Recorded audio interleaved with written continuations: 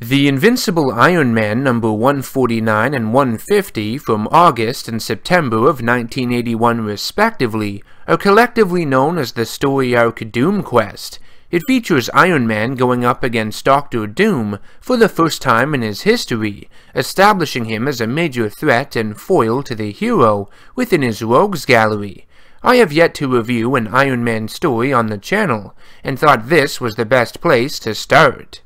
We begin our story with a Stark International cargo ship being attacked by terrorists on the open seas. Iron Man arrives to save the day and helps capture the trespassers, as he informs the captain that Stark International was unable to get a hold of the crew and figured someone was hijacking the signal, which is why he's there.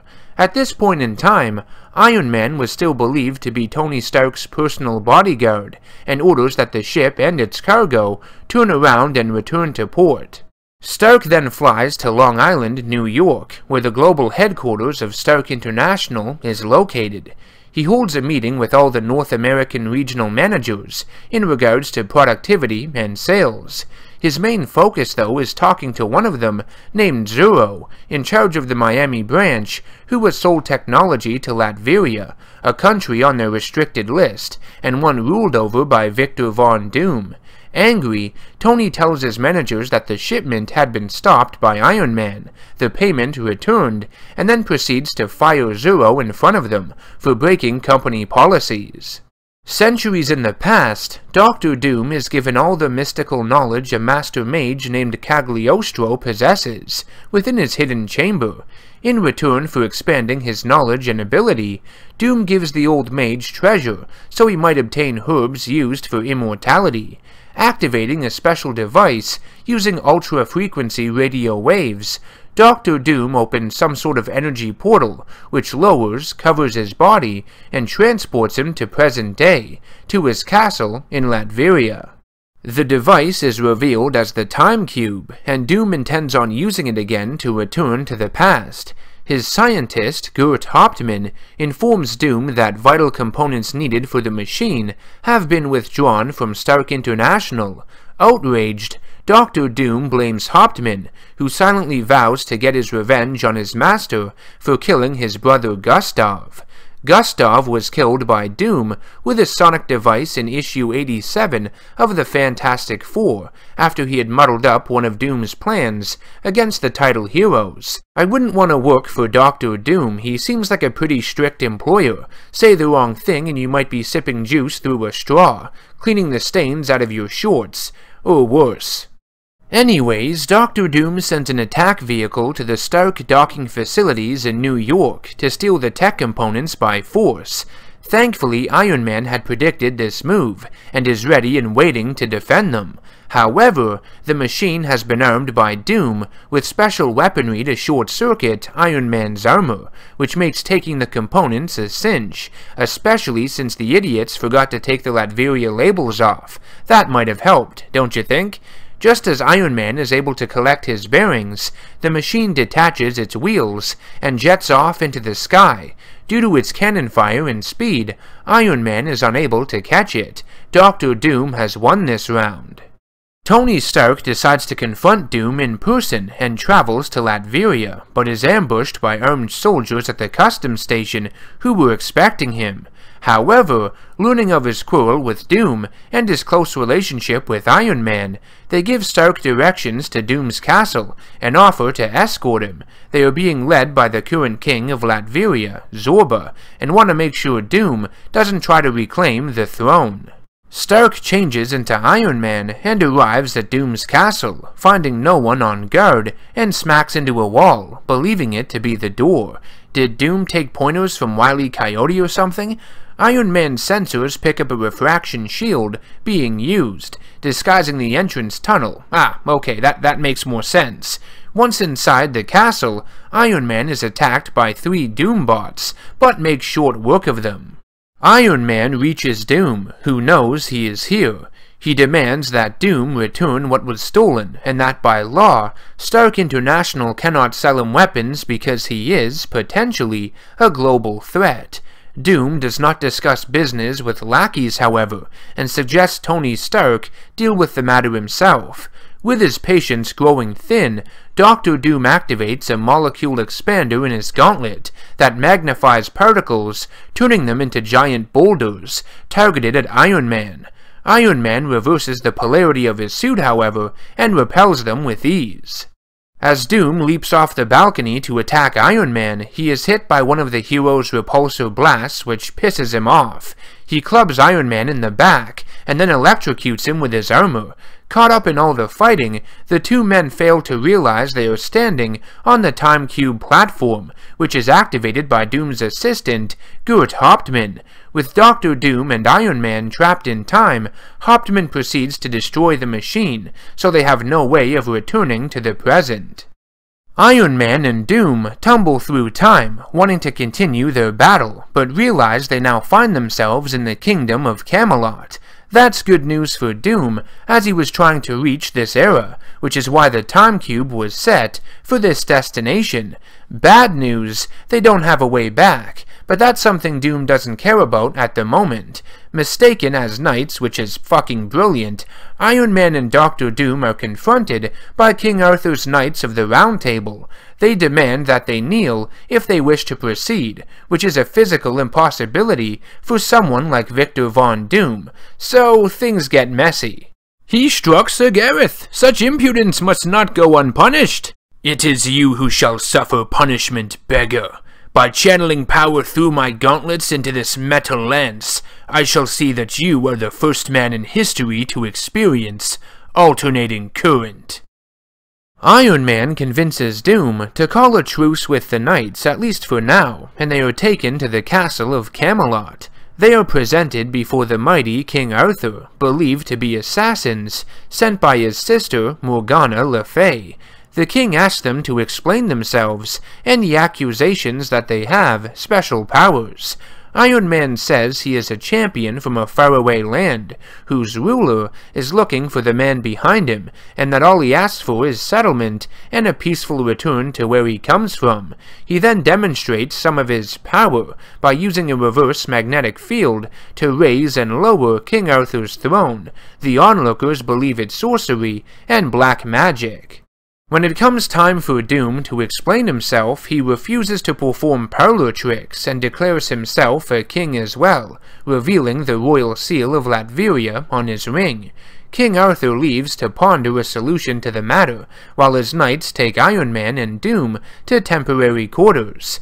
In his room, being an honored guest of the king, Dr. Doom is sent a servant, whom he forces the location of Morgana Le Fay out of, using his powers of sorcery to bend her will. Doom proceeds to blast a hole in his chamber wall and disposes of the knight who comes running. He then activates a rocket pack and flies off to confront Le Fay. The following morning, Iron Man is summoned in front of King Arthur, who has found one of his knights slain and a servant mesmerized, whose rambling hints at Morgan Le Fay.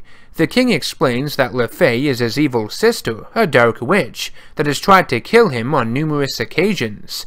With the help of his mystic sword Excalibur and his wizard Merlin, he was able to defeat Morgana and imprison her in a spell-protected castle.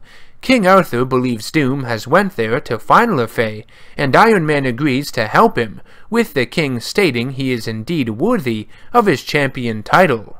Having stolen a horse during the latter parts of his journey, Dr. Doom arrives at the evil witch's castle. The drawbridge is down, which seems very peculiar. Doom breaks off a piece of his saddle and throws it at the bridge. It falls right through it, into a corrosive liquid below. He decides to use his rocket pack yet again, and flies up to the castle's highest tower. It's there he comes face to face with Morgana Le Fay, who seems to be expecting him. Through her mystic mirror, she had witnessed Doom and Iron Man arrive in this realm, know that they are not from this time, and that Doom is very powerful, but wonders why he has sought her out. Dr. Doom reveals the reason he has searched countless centuries for master mages, to rescue his mother, a powerful sorceress who was trapped in hell. Each year on Midsummer's Eve, he has battled the demons of hell using his mother's spells, in the hopes of rescuing her, but to no avail. With the help of the Time Cube, he believed he could grow even more powerful by learning the secrets from history's strongest sorcerers, and maybe then he would finally succeed. Morgana, who Doom views as the grandest mystic of them all, agrees to help him, only if he helps her first, by killing King Arthur. Since LeFay can't leave the castle, Doom must lead her army, which she summons from a piece of Excalibur broken off during the fight with her brother. It acts as a link to all the souls struck down by its power, and she calls upon an army of undead warriors. Led by Doom, waving the flag of Morgana Le Fay, they charge for Camelot. Iron Man tells King Arthur that he will fight by his side, to the death, and they counter the oncoming army with one of their own. The warriors of Camelot clash with the zombie forces as Doctor Doom and Iron Man battle each other in the sky. Due to their primitive weapons, the knights struggle to make a dent against the undead horde. Even Iron Man is forced to rely on solar power at this point, because there is no electricity at the ready. Realizing the zombies are of Morgana's doing, Iron Man flies off towards her castle. Doctor Doom remains at the battle though, and doesn't go after him, promising to keep his word to LeFay. Morgana sees Iron Man approaching in her mystic mirror, and sends out dark crystals to destroy him. When they reach Iron Man, they shoot out tendrils of black light, which proceed to wrap around him and tighten. He fires a high-intensity burst of light from inside his armor though, that manages to destroy the crystals. Morgana then sends out her hawk that transforms in the sky into some sort of whatever the fuck. Iron Man manages to down it by using a high-concentration Freon capsule that freezes its wings and causes it to crash to the ground and break apart. Iron Man finally reaches LeFay, who feels it is futile continuing to counter what she believes is magic in his arsenal. To the shock of Iron Man, Morgana opens a portal to another dimension and leaves her castle prison with ease, vowing to return and exact vengeance on not only him, but her brother King Arthur as well. The spell keeping the zombie warriors animated fades, and Doctor Doom realizes the chance to save his mother is disappearing too, so he flies off to Morgana's castle. When he gets there, Iron Man explains what had happened to LeFay, but Doom believes the hero is solely responsible for her disappearance, and will get his revenge. For now though, the focus is on returning to the present time, well, 1981. The only possible way of doing so is by combining the electronic components of their armors together. Working with each other is a foreign concept to both men, but they manage to put aside their differences and shut down their systems. For the rest of the day, night, and following morning, they work tirelessly, combining their knowledge and technological skills to create a warp device, using their armor's components. Thankfully, they didn't need anything from their helmets, or more specifically their masks. That would have been awkward. With the device complete, they both agree to a 24-hour truce if it works, and they return to the present day. They activate the machine, and the fabric of time rips open. It's a success, and both men find themselves back in 1981. Honoring the truce, they go their separate ways and begin the long journey home, promising they will cross paths again. Iron Man Doomquest is considered by many to be one of the best Iron Man stories out there, and it's not hard to see why. Tony Stark and Victor Von Doom are perfect opponents for each other. They both utilize technologically advanced suits of armor, filled to the brim with countless state-of-the-art weaponry. They are both geniuses, skilled inventors, and are always trying to improve their own knowledge and equipment, always better themselves in some new way. Doctor Doom might not be my personal favorite Marvel villain, but I have always believed he is their best. A close second would be Magneto from the X-Men. Doom is honorable, slightly sympathetic, confident in his abilities, unwavering in his beliefs. He's everything you want in a character, especially an antagonist. The confidence he uses is commendable, and honestly kind of infectious. He could stare down some of the most powerful beings in the Marvel Universe and say, "I'll beat you," and you know what? I wouldn't put it past him. I'd believe it. Doctor Doom is a natural fit for Iron Man's rogues gallery. Not only do both men share several similarities, but their differences make their conflict engaging as well. Doom is a powerful sorcerer, and in many ways his battle with Iron Man is a case of magic versus technology, two vastly different worlds colliding, and it's the same reason villains like the Mandarin work so well too. I think Doomquest is an amazing story and has a bit of everything for all kinds of audiences. You have the typical superhero stuff, ideas surrounding mysticism and magic, time travel, the Middle Ages, even zombies. It's got it all.